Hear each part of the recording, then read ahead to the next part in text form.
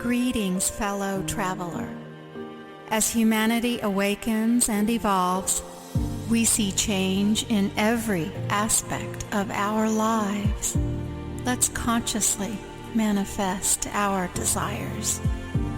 I am Candace Craw Goldman, and this is New Earth Journey.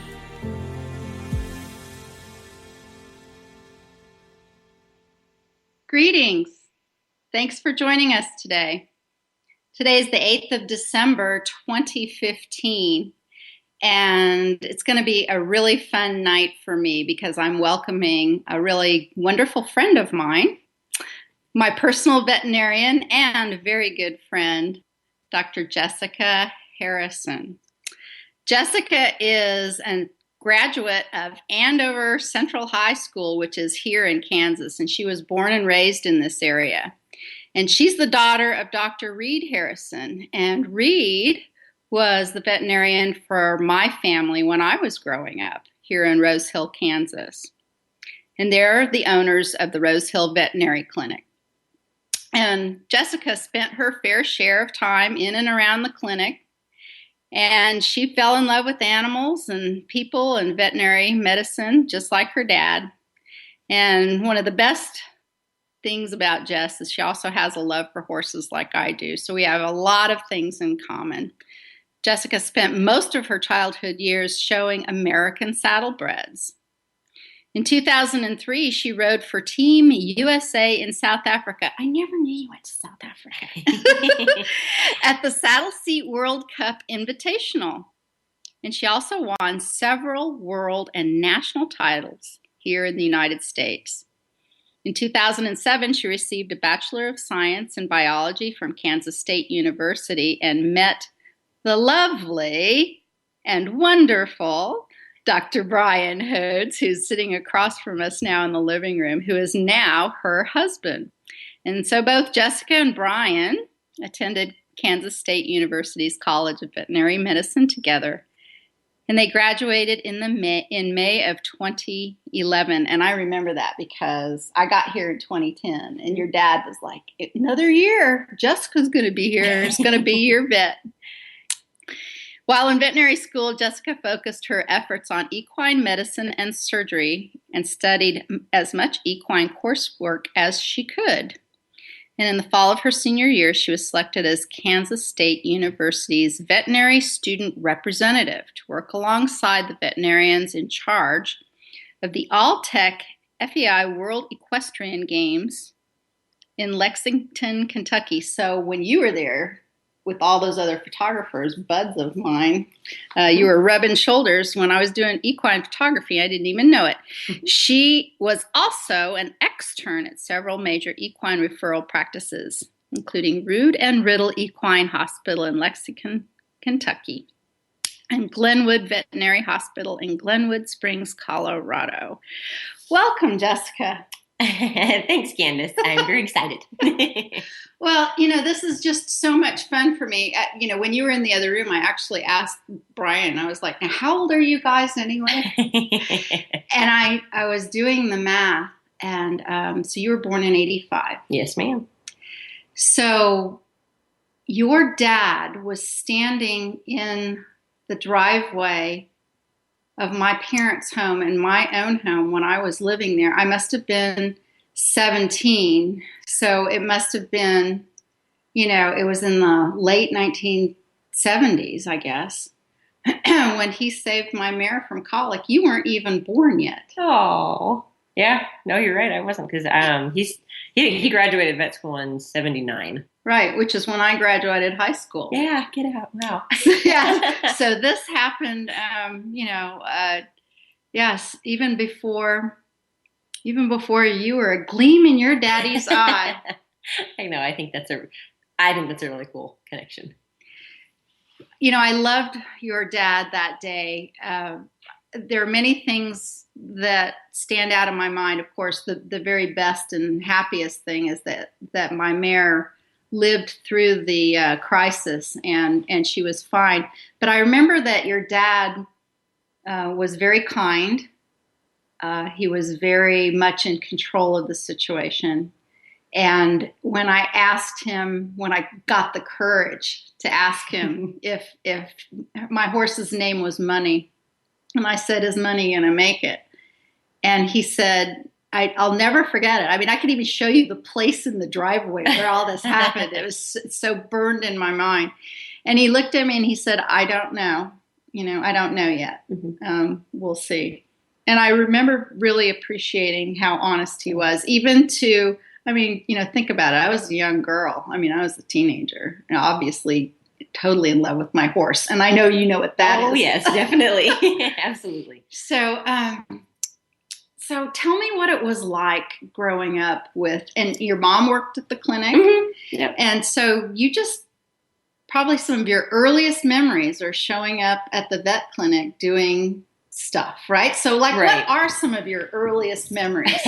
Like you must have been, what, 2 or 3, maybe, when you're remembering things, Oh, yeah. right? Yeah, absolutely. And I do. I'm lucky enough that I can remember a lot of those. So, in a veterinary clinic, obviously, a lot of people think, puppies and kittens, and there is obviously quite a bit of that, that's one of the highlights of the job. But, surgery, sterile technique, things need to be kept a certain way to perform surgery on animals. And a 2-year-old is not very conducive to that. And I'm sure if you talk to any veterinarian, Brian's dad too will tell you similar stories. But one of my earlier memories was, and there really is no other way to word this. Just bear with me. This is what came out of a 2-year-old's mouth. My dad. This is one of my dad's favorite stories to tell about me too. I would get a step stool because I actually did. One of my favorite things was to watch him perform surgery. So he would get me a step stool and he would set it up to where I could not touch anything because, of course, 2-year-olds like to touch everything, and that would completely ruin the whole sterile technique idea. So he would give me my little step stool, and I would crawl on my step stool and basically get in my position, my observation area.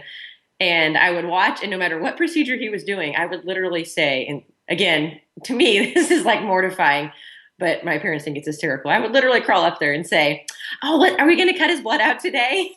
Oh my gosh. Which is like terrible. But I think in my mind, like I had really no concept of exactly what was going on. It's just that, he would touch the dog and then it would, bleed. And I, as a kid, I didn't see that as a, scary or bad process. I saw it as somewhat magical. So there were a few times though, and this is where this other memory is going.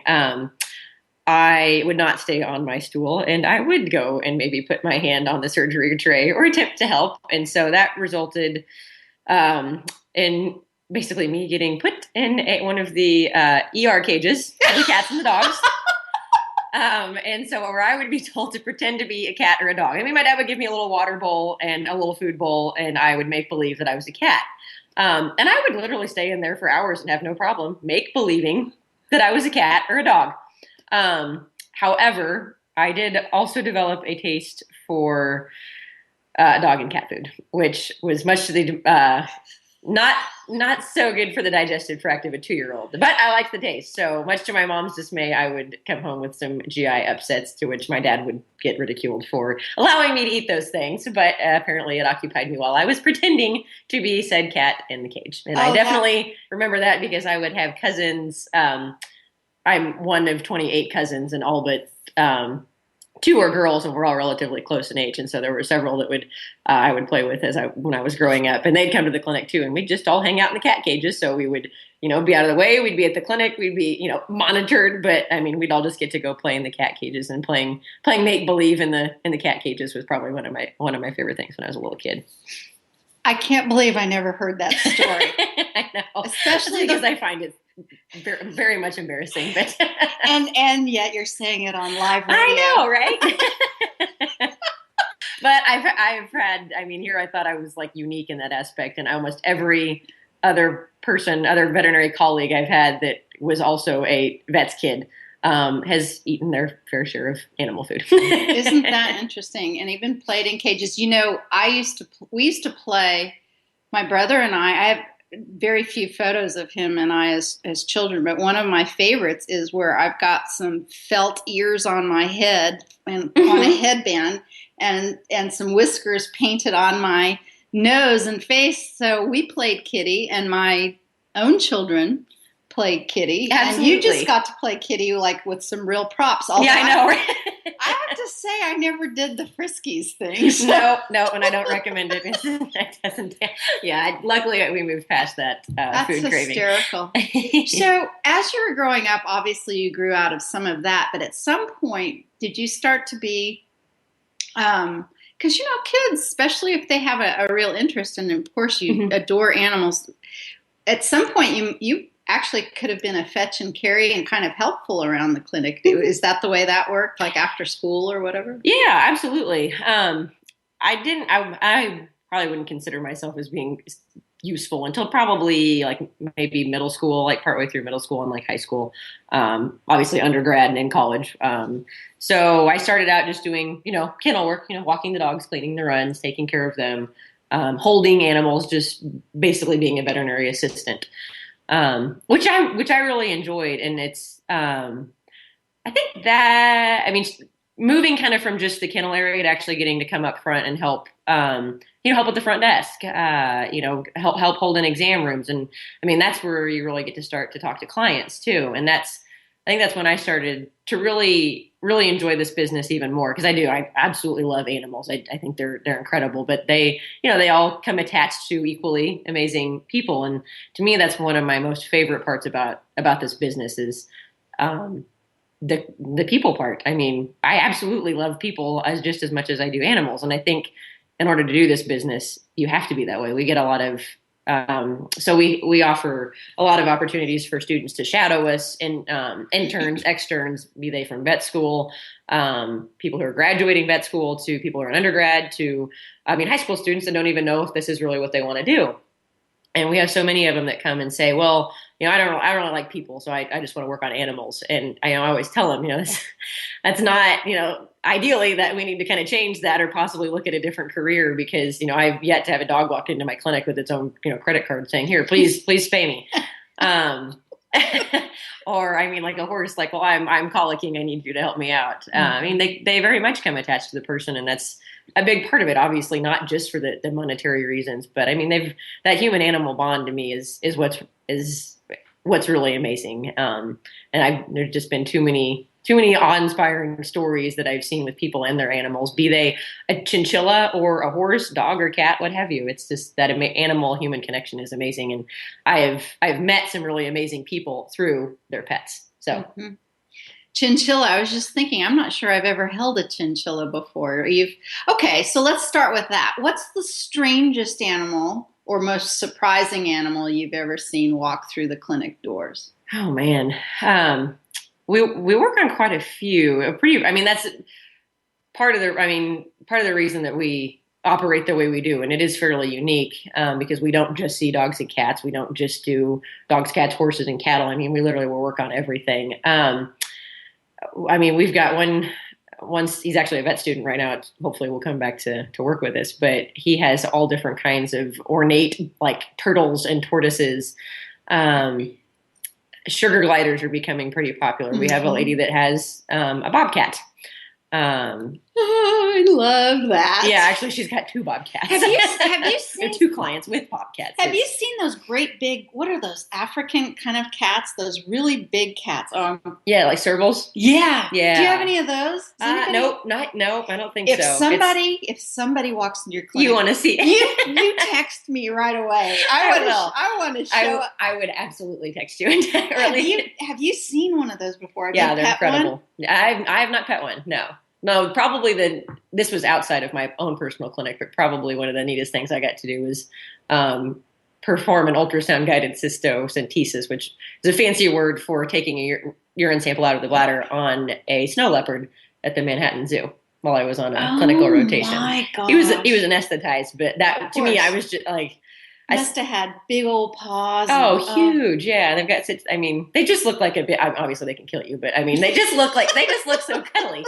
And so it was just an amazing experience to be able to work with an animal like that. This is such a cool profession because, just because it's a snow leopard doesn't mean it's like to change all of our procedures. There's a lot of comparative things, that allow us to treat multiple animals. And that's why we like to do that. As far as the most strange animal. I would probably say we have one family and their kids, as part of kind of their responsibilities, they decided to do a little petting zoo. And they have got a large collection of some interesting animals, including a rose tarantula. And I'm not a spider person, so that was a little difficult to look at. Luckily, they were just bringing him in for health checkups, and tarantulas, fortunately, do not have a whole lot of health issues. So we just got to look at, yeah, exactly. But they've got all kinds of different reptile species, birds. Birds are actually one of my more favorite things to work on, especially the really large parrots, macaws, and well, on the YouTube replay that we'll put up, I have some pictures of all of you with this bird. Who is that bird, and what kind of bird is that? I showed it to my mother today. Yeah, good. And Mom said, "Well, that's a parakeet." I'm like, "That is no parakeet. No, it is no. First off, look at its beak. Second off, it's much bigger." So yes. So he has a very good story. That is Maxwell.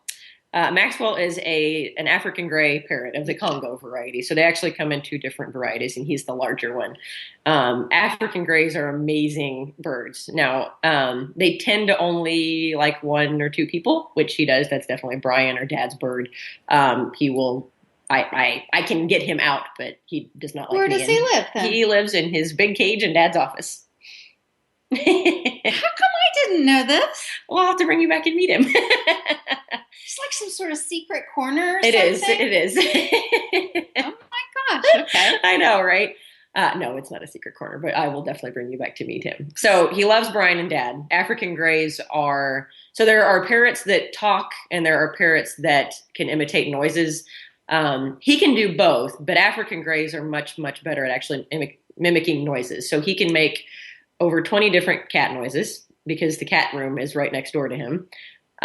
He can imitate my dad to a T, so that if you're in the cat room and Dad is not in there, he will cough just like my dad makes a cough. Oh my gosh. And act like he's answering a phone just like my dad does. To the point where you kind of have to open the door and be like, is he in here, or is that the bird? And it's usually the bird. Any car that pulls up outside the clinic, he can mimic that. He's been pretty funny, because he will, you may not know that he's actually picking up on exactly what you're saying.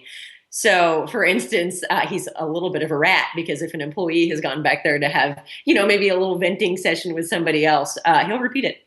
Oh my gosh. And it's amazing how quick they can pick it up. So a lot of people that train birds to talk about, it sometimes can take several days, maybe even weeks, for them to learn a new phrase. Mm-hmm. If it is Brian, Dad, or Ryan, our student that's at vet school right now, Ryan taught him an entire phrase in maybe less than an hour.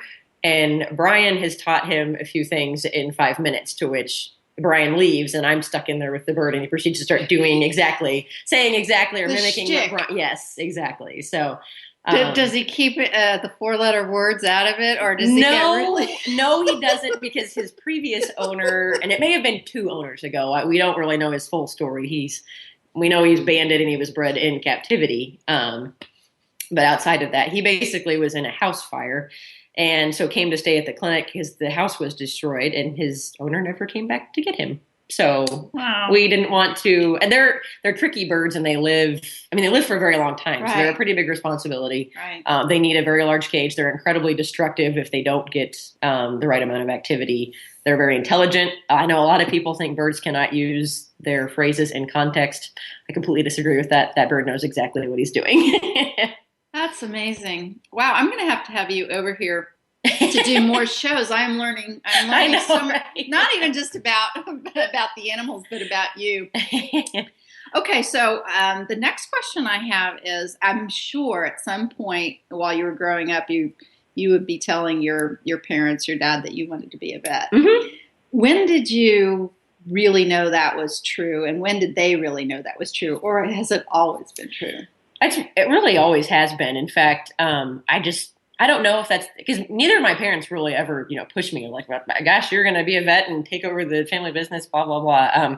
They never, ever did that. I mean, they were incredibly supportive in, whatever endeavor I wanted to do. But I distinctly just remember always wanting to be a vet. I mean, really from probably the time I was like 5 or 6 years old, I just really wanted to do that. And to the point of in 8th grade, we were doing a heart dissection with my science class, and 3 of the girls got quite squeamish. One of them fainted, and the other 2 got quite pale. And I had never even, I've been watching this stuff since I was a little kid, so it never bothered me. But what bothered me was watching a human faint. And that made me lightheaded to the point where I thought I didn't realize that's what it was at the time. I thought I was also, eked out by the heart, which is ridiculous because yeah. So, but I literally at that point, I distinctly remember coming home and I was very upset because I was like, well, that's it. I don't know what I'm going to do now because I apparently can't take blood, so I can't be a veterinarian. And I just was crying and so upset. And my dad was like, "That's all in your head." He's like, "You will be fine." He's like, "You just can't sit there and think about it." And we see it in vet school too. We're obviously all there to be veterinarians, and inevitably somebody gets nervous standing there, being the assistant surgeon, and they lock their knees and basically quit breathing and they just pass out. So it happens for multiple different reasons. And, I kind of figured out my own way around that. I still, to this day, do not like human medicine. Was not for me. I love humans, but working on animals is definitely where I needed to be. Because to this day, watching a human pass out will sometimes send me thinking the same direction. This reminds me of a story. I know that you had a small injury with your fingers on a horse, right? Mm-hmm. And there was and you had to hide it from yourself so that you wouldn't. So I didn't see. Yeah, you were exactly right. So you couldn't take a human fainting, and you certainly weren't going to be able to really face your own self. No, to this day. Cutting the blood out of yourself. Exactly. Yeah, no, I'm not okay with that. No, literally to this day, like if I have to, if they have to take blood or something at a doctor's appointment, the needle doesn't bother me. The poking, that does not bother me a bit. I literally just cannot watch the process. Interesting. Okay. Well, so here's a question for you, because this is where you and I spend so much time talking about is sort of new ways of thinking about, gosh, not only health and care of both people and animals, but really, how reality is constructed. So, but to back that off into an easier maybe question to answer, I'd like to know from your perspective, because you've got an excellent one. You've got Brian, you've got his family, you have your parents. How has veterinary medicine changed from the time your dad went to school compared to when you went to school? And then what sort of things are you learning that are just now coming on board that maybe even the current vet schools, don't think about? Or what are some of the things that you think about? Because I know we talk about this stuff all the time, yes. But what I'd love to know is how you, are seeing this change in veterinary care over the last couple decades. Gosh, it'd probably be easier to say how it hasn't changed. It's a bit, it's a really wonderful question because, if you ask a vet student today, vet school is based, no matter where you go, is still 4 years. It was 4 years for our parents. It's 4 years for us. And the medicine and the science of, medicine and surgery has changed quite a bit. We have so many new tools to use. And so truthfully, I think cramming it all into 4 years is eventually going to be possibly something that changes. They may have to extend it. So I think definitely cramming that all into one thing is difficult. There's definitely been a change in how we approach cases, as far as I think, anytime a pet comes in, I think as a veterinarian, the job is, diagnosis, prognosis, and cost. Those are the 3 things that, folks really, I think, is our job to convey to them. But I think people nowadays, pet ownership has gone from, back when my dad was in school, there was still a very large population that, a cat or a dog was a farm cat and they were very easily replaced. So that was their mentality. And, if they're easily replaced, no one's going to spend, $200, let alone $1,500 on their barn cat or their farm dog. They just would go get a new one. And definitely over the years, that has changed big time. Pets are now part of the family. They live indoors. They sleep in our beds. They eat our food, and vice versa. And vice versa. Yeah, exactly. Yeah, some of us eat their food. But I think that's a big drive for the pet industry. And that's a reason why you got the opportunity to advance so much more. I mean, there are that's actually a big debate in vet med too. I mean, there are still some practitioners that are like, no, I don't think it ever needs to go the way of human medicine. These are not humans. And while they're not, there are other ones who are like, nope, it needs to go the same way as humans. We need to treat them exactly like humans. And, whether one side is right or wrong, I think it still completely depends on exactly where you're practicing and who your clientele is. I mean, there are always going to be people that own pets at both ends of the spectrum. So I think a big key also, so basically I think compassion is a big thing that we've had to move towards. I remember as a little kid, I would talk to equine veterinarians, and I was scared of them because they were very they were, quite frankly, usually men. So that's been a big change. My dad had 2 women in his class. I had 5 men. So there were more women in your class. Much more. How big was your class? 115, I think. Yeah, over 2/3. were women. Yeah. Wow. Yeah. Amazing. Yeah, we had more than 5, but I mean, it's distinctly an 85% field. And that has also changed because, yes, we're all equal, not to drum up that argument, but, there's more turnover, as far as veterinarians go. Back in the day, with my dad, you become a veterinarian, you're a veterinarian for life. Nowadays, there's quite a few women veterinarians who start their career and they have kids. And quite honestly, some of them just stop and decide to raise their kids. And that's not bad. That's great. Except it does create higher turnover and more demand. So that actually was a good thing for vet students because that made more job opportunities. So quite a few differences there. The other thing I think it is really, really important that I see now, and probably a reason sometimes for a lot of second, third, fourth opinions, is truly open-mindedness, and that's an important topic to me because I think that's also why you and I are usually on the same page. There are lots of things that they teach you in vet school, and this is not an exact science, and that to me is a very, very important part of it. We may think we know everything about it, but I've seen way too many instances to be like, nope, apparently we really don't. And in my opinion, we take an oath that says do no harm. And so, if there's a treatment out there that can help an animal, and it's it's not clearly not going to harm it, it can only help. I really don't see the point in not at least trying it, especially if it's in the animal's in the owner's best interest. And that doesn't matter if it's a cattle on a cow-calf farm, if it's your pet dog, your pet cat, your show horse, your companion horse, either way. So I think that's why alternative therapies like chiropractics, like acupuncture, Reiki, a more holistic approach with some practices. I think that's why those are gaining ground. Because quite frankly, they do work. Do we know how? No. And that's scary to a lot of people who really need to know exactly how things work. But we have to remember, too, when they first found penicillin, they knew it worked, but they didn't know why. That was quite a magical elixir at the time. And now we know how it works. So, will we eventually know how some of these things work? Maybe. But the point is they certainly can help, and they're great adjunctive therapies. One of my favorite examples is truthfully lameness in horses. There are, chiropractics used to get poo-pooed. I am from a family that has both human medicine and vet med in it, and there was a lot of headbutting quite a few times. And one consensus was that chiropractic was a wash and really did nothing. And I personally have had enough experience with it that I completely disagree. Now, I do think there are instances where it's not going to be the cure-all, end-all to every case, but I have actually seen it be the cure-all for a case. So, nothing's exact. Not one thing is not going to be healed.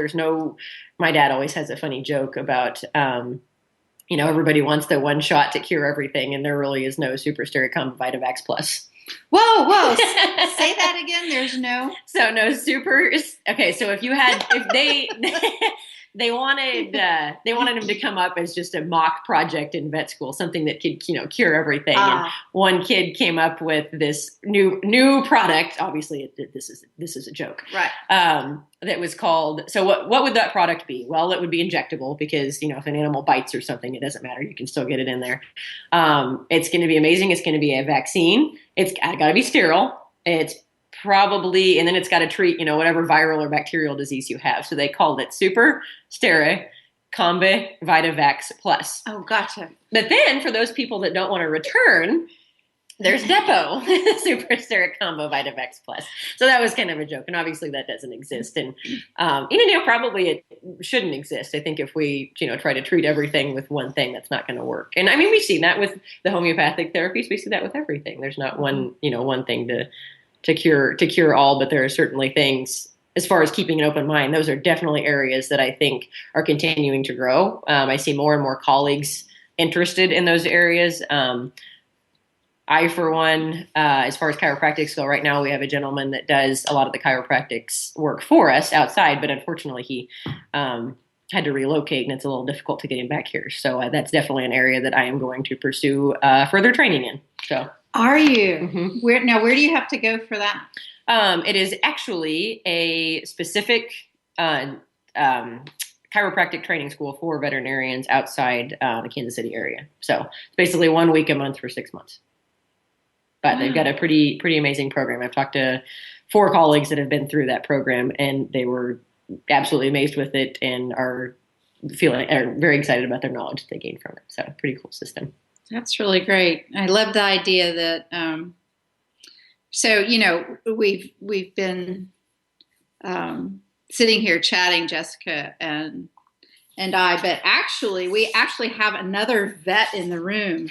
We have Dr. Brian Hodes, and excuse me, gosh.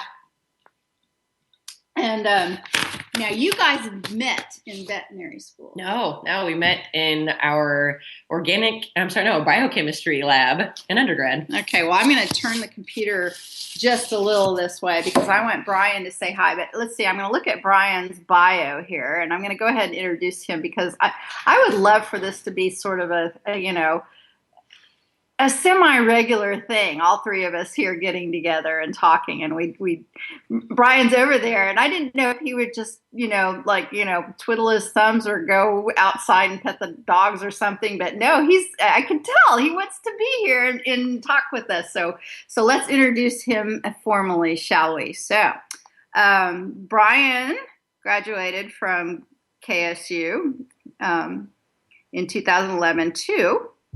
And in veterinary school, he completed externships in large animal medicine and surgery in Oklahoma and Kansas, and small animal medicine and surgery in New Jersey. Yep, I know about New Jersey too. And we like you anyway. Brian specializes in no offense out there. I've lived in New Jersey. I've met wonderful people out there. It's a joke. People. Brian specializes in large animal and especially the cattle and the alpaca, llama, goats, and sheep. Variety of the large animals and small animals too, and surgery. And he was recently selected to be the veterinarian in charge at the Mopaca and Futurity alpaca shows. Is that why you were holding those alpacas in those pictures like that? Yeah. In Kansas City. And Brian is also certified ABBI veterinarian, which I have no idea what that is. Wow. And enjoys working on bucking stock. Seriously? Mm-hmm. Now you're talking well, let's welcome Brian. Hi, Brian. Hello. Glad to be here. Yeah, let's see. Make sure you speak up because we this is like, here's the microphone, so it's right into there. So like in the rodeos, like the saddle broncs and the bareback broncs and even the bulls. Mm-hmm. I have always wanted to know some stuff about that. Like, how do you float those guys' teeth? How do you even treat a wound? I mean, do you have to lock them into stocks for everything they do? Because I've watched the handlers and I've watched, they don't want they don't want people petting them. They want them to be wild. They don't want them to get all lovey-dovey with humans because they want them to be buck and stock. When these animals are at the rodeo, it's business. These bulls and horses, they know what they're there for. You get them on their home territory, where they're taken care of very, very, very well. They're not that nasty. A lot of these upper level bucking bulls, they've got a caretaker that can go on the pen and pet them. You watch these caretakers with these animals in a shoot when we're working on them, pulling blood, just doing physical on them so they can travel state lines to go to different shows. That handler or owner is scratching that bull's back, is talking to them. I mean, they really do appreciate what these animals do for them, and they see that that's their livelihood, and they take very, very good care of them. So oftentimes dealing with them on their home area, it's not that big of a deal. Now you get to the rodeo where they're working, it's a whole different ballgame, and you use sedation and try to minimize their stress and where they are, give them as much space as they can, and let them do what they need to do. And 9 times out of 10, they do just fine. I am so happy to hear that, because I spent many, many years being the official back of the chutes photographer at, the Star of Texas Rodeo in Austin. And I loved that job. And I loved being back there with the cowboys and all of the bucking stock. And I could tell exactly what you said. This is the job, and they know their job, and they know how to get on the trailer. They know where to go in the pens. They're very smart animals. But I also know, and we're watching some of the handlers, and they, you're right, they're on. They're on. They aren't to be pet while they're there. But when they're at home, they're different. That's really great to hear. I'm happy to hear that, because I don't really know anybody who. I mean, I know we've got places around here we have for ever since I can remember some of the buck and bull, the Sankey boys, right? Yeah, I mean, they're probably. I think I drive by their place every once in a while. They seem to still be in business, right? They are, yeah. Yeah. So, here's the really interesting thing for me as we're talking about this. I'm reminded about the fact that some of and this is going to get a little political here, but only vaguely, some of the PETA people had a fit about what was going on at the rodeo. And from my perspective, and you tell me what you think, I think those fancy schmancy racehorses were treated a lot more cruelly in some instances than some. Now, not all of them, but some of them. I think it's a perception. It's this thing of cowboys getting on a bull and their spurs and they're bucking, and there seems to be a battle going on there rather than the PRCA, so professional rodeo circuit. They have very strict rules in how these animals are treated. They have to have a veterinarian on staff that's able to handle these animals. That if something goes wrong, I mean, they're athletes. They're going to blow ACLs. They're going to get hurt, but majority of the time, it's not a life-ending career for these guys. Sometimes it is, and it's an unfortunate part of the game these guys play. But it's the same thing that human athletes go through. I mean, the injuries are very similar. The risks that they take are very similar. Mm-hmm. Yeah, and also in response to your question, I mean, horse racing has definitely taken its own fair share of flack for some policies that probably should have been changed a while ago. Luckily, there have been quite a few changes to that, and hopefully, and there are quite a few people working on that going forward as far as the racing industry goes. Because I mean, that's an incredibly elite athlete as far as racehorses go, and should be. I mean, they should definitely be cared for. Now, many of them, and I would venture to say most of them, truly are cared for better than a lot of humans out there. Unfortunately, but there's always going to be an error. I mean, no matter what sport you talk about, equine sports, dogs. I mean, human sports. There's always going to be somebody somewhere who is skimping or cheating to try to save a little bit. At the expense of their animals. And you just hope that those guys get caught at some point from, Yeah. instituting policies. But I would completely agree with Brian. I mean, the PRCA is huge on the livestock. I mean, what a lot of people don't realize is, so a stock contractor is who owns all of those animals, whether it's the bucking broncs, whether it's the, bulls, the steers, the calves. Those are their livelihood. If those animals get hurt, they don't. I mean, they can't take them anywhere. That's how they make their money. So they've got to take care of them. And Right. Really, I mean, we've been fortunate that the stock contractors that we've gotten to work with take excellent care of their animals, which is which is really refreshing to see. I wouldn't say that there's not somebody somewhere that maybe is not doing things the way we would like them to do, but as a whole, they really do a very nice job with regulating those areas now. A lot of improvements, especially in horse racing, horse showing. I mean, and not even those areas. I mean, you get into show jumping and dressage, saddle seat. Quite a few more regulations coming along as far as showing those animals is concerned. Mm-hmm. So a lot of good changes there. And these animals, a lot of performers, whether on the human side, whether you're a singer, whether Garth Brooks giving a concert like he did most recently, or whether you're Michael Jordan playing basketball. I mean, you do it for the love of the game. And, for the love of, music, whatever it is that you're doing. And I will absolutely say, and I know you've seen this too, and Brian's seen it. These animals actually really do love what they do. I mean, they know what applause is. They know what their job is. That bull knows that his job is to dump that cowboy, and he enjoys it. And some of them are a little more on the aggressive side. But that's them at their job. I'm not going to lie. I've gone with Brian on some of his calls to do the bucking bulls, and I mean there are a few that maintain a not so great attitude. But he's right. I mean, when they're at home, you can usually pet those guys. I mean, it's pretty cool. They're relaxed, but when they're working, and they're not. I mean, they're not to be cuddled and pet on. So I mean, it's just it's a very, very rewarding business to get to be a part of.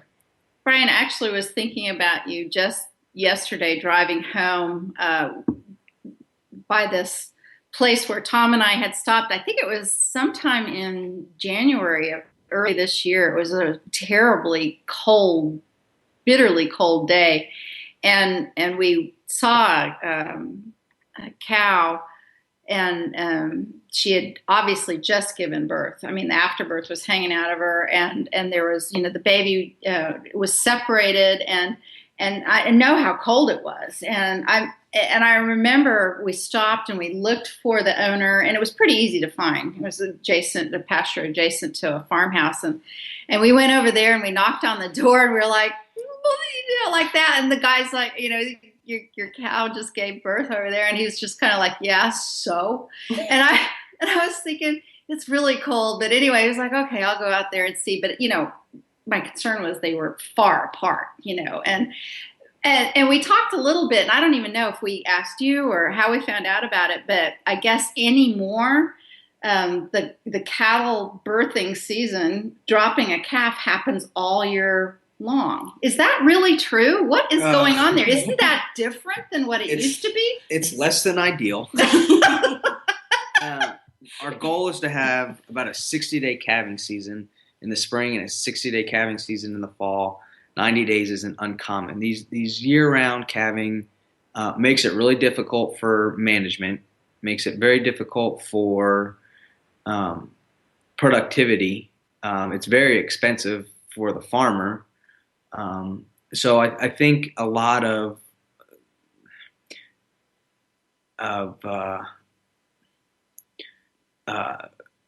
well-managed cow herds and more that's with what cow prices are, these animals have some value to them, and people treat them, I think, a lot better than probably they have been in the past.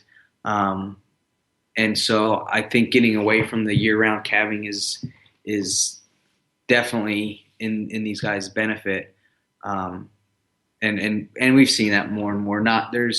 And January calving is early spring calving, so it's not uncommon.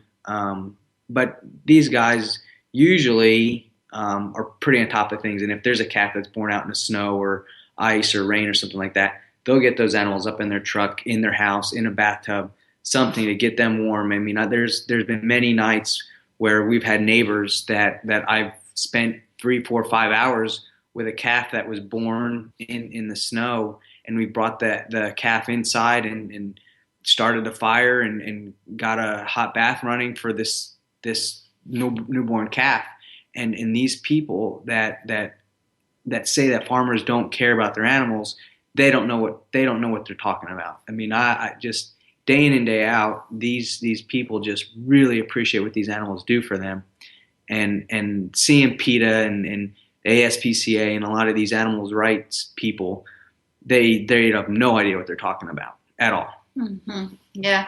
So that's interesting. There's really, I mean, a newborn, I guess some of my questions are just very biological here at this point. I mean, a newborn calf being born like that, it really is at risk. Yes. Out in Yes. And at what point can a newborn calf like that sustain its? I mean, I know they always need to be out of the wind if possible and stuff like that. But at what point? I mean, is it a certain age that they can start? I mean, they just can't regulate their temperature right away. Usually, right? pretty quickly. Really? I mean, yeah. a newborn deer maybe, Yeah, but a calf they can. too? Yeah, they can. They really don't have. If the mom can get them dried off, they should not have any issue. And if they do, there's usually something wrong with either the cow or the calf. So dry is the most important Yeah, once thing. they're dry, they should be fine. In majority of the cases. Interesting. Well, I learned even more of that today. So, gosh, well, that's interesting. Well, we are coming down to towards the end of our show. But what I really want to talk about now, if you guys want to talk about, because I've been excited about this for so long, and I want to hear more about it. Your new clinic. Oh, yes. Let's talk about that. Yeah, well, first of all, we'll give a little credit to the current building because it certainly has allowed us to grow and start doing what it is we're doing. But unfortunately, it's in the middle of town, which for all intents and purposes, my dad bought it back in, I think, 1982, and I think more in the spring. And actually, he and my grandfather, his dad, basically gutted it and made it into what it is today. It was a restaurant. They literally pulled down all the walls. Everything that you see is what my grandpa and my dad did, which is really cool. One exam room, one little surgery room. There's a little back part of it that we had to our previous tenants had to go elsewhere because we grew so much that we needed to use the rest of the building. But he had 3 people that would run out the back half, and he just ran the clinic out of the front part of it. Smaller building, small parking lot, right next to the railroad tracks. So those come back when he built it. I think they came by like maybe once a day, and now they come by every 30 minutes. So that's a little difficult. That is a busy railroad track because it goes by my studio in the next town. Yep, exactly. Yeah, and they do, and they fly by there. So inside the building, it's not quite as big of a deal, but right now we do not have a large animal hauling facility. All of our large animal work is mostly done by going on farm calls. So we usually go to to the folks' house. And so basically whenever I've talked to anyone, they're like, at what point do you decide to remodel or build a new clinic? And they're like, when you absolutely cannot remodel anything else and you're completely bursting at the seams. And so what we did is we did a little remodel on the inside. We moved the surgery room to a larger area. We made a second exam room. And that was just probably a year and a half, 2 years ago. And now we've already outgrown that. And when we first started, when my dad started the practice in 82, it was a mixed animal practice. He saw everything. He very much likes horses. He's really not 100% like working on them. But obviously I showed horses as a kid, still to this day, one of his favorite animals. But since he was just a solo practitioner, he was by himself, he kind of elected to just kind of turn away from the large animal stuff. He does like cattle reproduction, so he's always done that. But as far as large animal care, he would refer that elsewhere and started doing just small animal. But Brian and I really like the large animal side, and we've always liked the idea of kind of one place to bring all of your pets. I mean, whether you see myself for one thing and Brian for something and Dad, or all of them see one of us. We just kind of like to be one place that hopefully you can get all of your questions answered and we can take care of all of your pets. So that was kind of Brian and I's vision. And the current building, we have no large animal facility, and we really weren't sure how it would take off. So we're like, well, you know what? Let's just start it doing mobile work. When I was here and had horses as a kid, we used a separate veterinarian for my horses, and when it's basically there have been changes that go on, and it became difficult to that guy unfortunately no longer practices, and so it became difficult to find someone that would come out. And I had heard that from other folks that I had ridden horses with. And so I was like, you know what? I think that's a good place to start. So we'll just start with ambulatory and see how it goes. And it has gone very, very well. But we've now reached the point where we do need a haul-in facility. And so we're going to do whole new building, not in the same place. That we're kind of landlocked in that site. And as far as moving, equipment, large animal trailers in and out, it's pretty difficult right there. And there's really not a way to feasibly expand in our current site. So we found property. We'll probably really start the whole process. We've kind of started the prelim stuff, but we'll really be ramping up in January, and tentatively, hopefully, we'll be done spring, summer 2017. But in our ideal vision, we'll have a new small animal clinic, and with also large animal capabilities too, medicine and surgery. So, well, your dad's single vet office now has turned into 3. Yeah. And it must be so gratifying for him. So he's not done working. No, it's really fun because actually Brian's dad and my dad are both actually classmates from K-State Veterinary School. They were in the same vet school class too, which was kind of a cool thing. But I think Brian would agree with me. We're both pretty fortunate to have them as role models because they truly love their job. And obviously you need to make money to pay your bills and keep a roof over your head and support your kids. But I think truly at the end of the day, if you really love what you do, the rest of it just kind of comes together. And I think I 100% foresee that my dad and Brian's dad will continue working until they absolutely cannot, because they love it, and they love it for the same reasons we do. They Sure. obviously love animals, and Yeah. they really like the people part. Yeah. So I think that's important. And if someone comes in for an appointment, we always get people like, "Oh, I'm sorry, I've talked your leg off," and it's like, well, you're paying us for an appointment, and we really like the people side, and we like that part. That's why we do this job. We will even if we have a haul-in facility, we will still do farm calls because it's that's that's an important good. part. I know, right? I know, exactly. I know, because it's such an important part. And we would never be like, well, we have a new building now, so sorry to all of you that we were coming out to. No, because all those people are still going to be there, and they're the reason we get to do this. They're the ones that used us and called us out and allowed us to work on their pets. So. Which is still amazing to me. It's so weird. Especially when you grow up as your dad is the doctor, and then people start saying doctor, you kind of look around and they're like, oh, they're talking to me. It's an incredibly cool job. Absolutely love it. And no, dad will definitely still continue working. Absolutely. How do you see, and truly we only have, just 2 or 3 minutes left. How do you see what you offer to be special or unique in this area? And when I say this area, I look at your bio on here. You say that you pretty much take care of these counties. Butler County itself is the biggest, isn't it? The biggest county in the whole state of Kansas. We have clients that drive from Kansas City to see us. We have clients that we deal with that have alpacas in Kansas. We have clients in Kansas City that drive all the way to see us. We have clients that we deal with that have alpacas in Kansas City. We've got clients in Kingman, in Oxford, just a huge area of this state. Mm-hmm. And we're happy to help everybody. Yeah. So I think to more answer your question, and we were both taught just by watching and watching other veterinarians. And my dad taught me, and I'm sure Brian learned the same thing from a young age, is you can learn something from everyone. And it may be something you may learn, hey, I want to do that, and you may learn, I'm never doing that. Right. But you really can learn something from everyone. And I think we have been very fortunate to be exposed to this this particular area in great detail. And we've had some amazing mentors that have helped us out along that path. And I would say, and even from talking to clients, and this is talking to people that have called us at 3:00 in the morning, and maybe they just got a question. And we answer the phone. And I'm not saying that there haven't been times where I've missed a phone call from somebody because I'm either on the other line or, obviously Verizon, the "Can you hear me now" is not always 100% correct everywhere. But we truly try to be available to everyone. my Uncle Paul had a really good saying that I always thought was cool since I was a little kid. And, people don't care how much you know until they know how much you care.